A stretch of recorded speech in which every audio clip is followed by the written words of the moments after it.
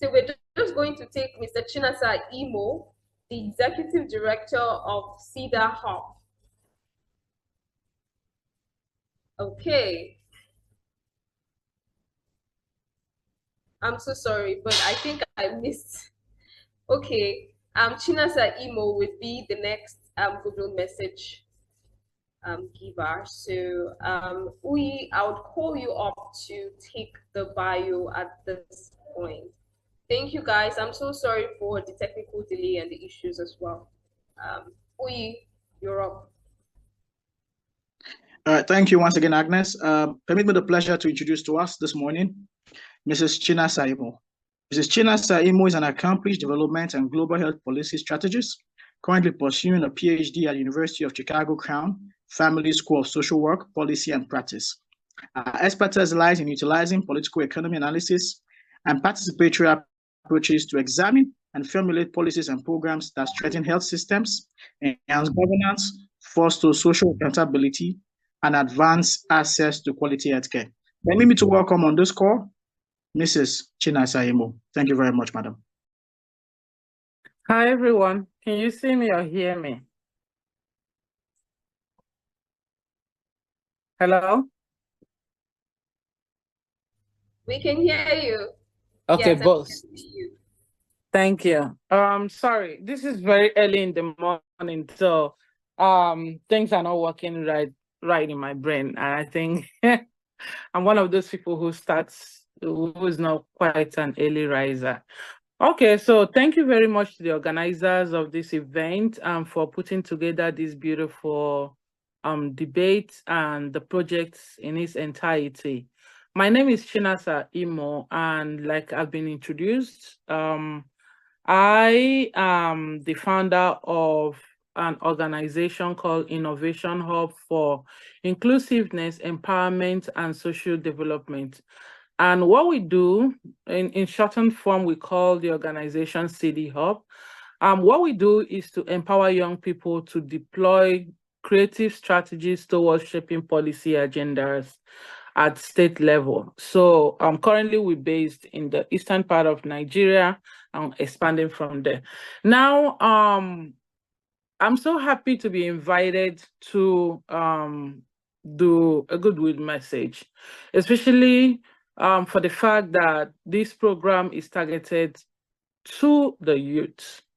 And I see it as an opportunity to bring up young people to think differently. When I was looking at the debate topic, handout or handshake, right? I smiled and I was like, I wish there is a third debating group that is actually looking at hand twist.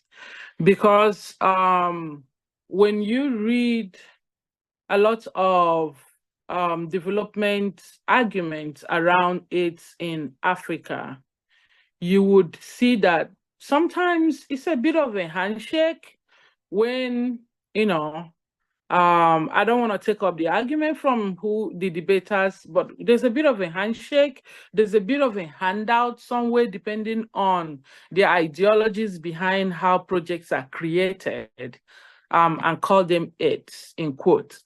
But for the last couple of years now, we've seen a lot of hand twisting, the use of aid as a tool to arm twist the people in power and the common man to do the bits of the aid giver. So why am I bringing this about arm twisting? If we start to, as young people, see aid as a controlling mechanism, then we begin to see how this narrative about the global divide between the South and the West, the first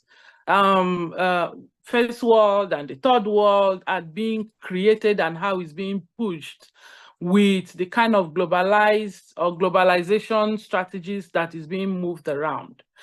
And through the youth, if we open our eyes and our ideologies and mindsets to begin to think around how this is affecting our development trajectory, especially for those who are thinking beyond the current systems that we are practicing, then we can begin to find solutions around how to reduce the level of arm twisting happening with aid money, development funding, not just from nonprofits, or to nonprofits, but development funding in general, from multilateral bargaining, from bilateral agreements, and from multilateral organizations who come up with, policies and funding conditions that continue to keep us in the narratives of third world countries.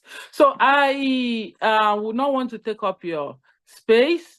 Like I said, I'm looking forward to hear all that will come up in the debate, and not just for the purpose of argument making, but for the purpose of re-engineering our mindsets on how we think about the role of nonprofit organization.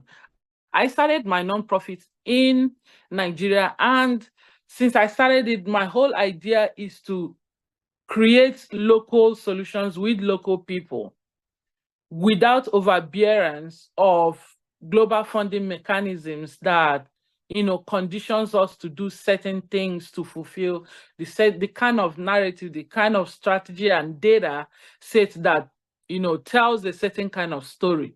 And while many of us have the ideas of starting up a nonprofit, starting up an entrepreneurship, starting up social impacts, ventures, think about the opportunities and think about the opportunities, the materials, and the ideas that reside within the local environment, and how we can harness all that and pull them into problem solving that suits the kind of solution that we want. Thank you very much.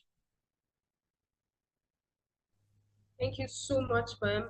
I liked when you spoke about harnessing local opportunities. That's one thing that young people will need to start looking at this moment. Thank you so much, ma'am. It's really a pleasure to have you.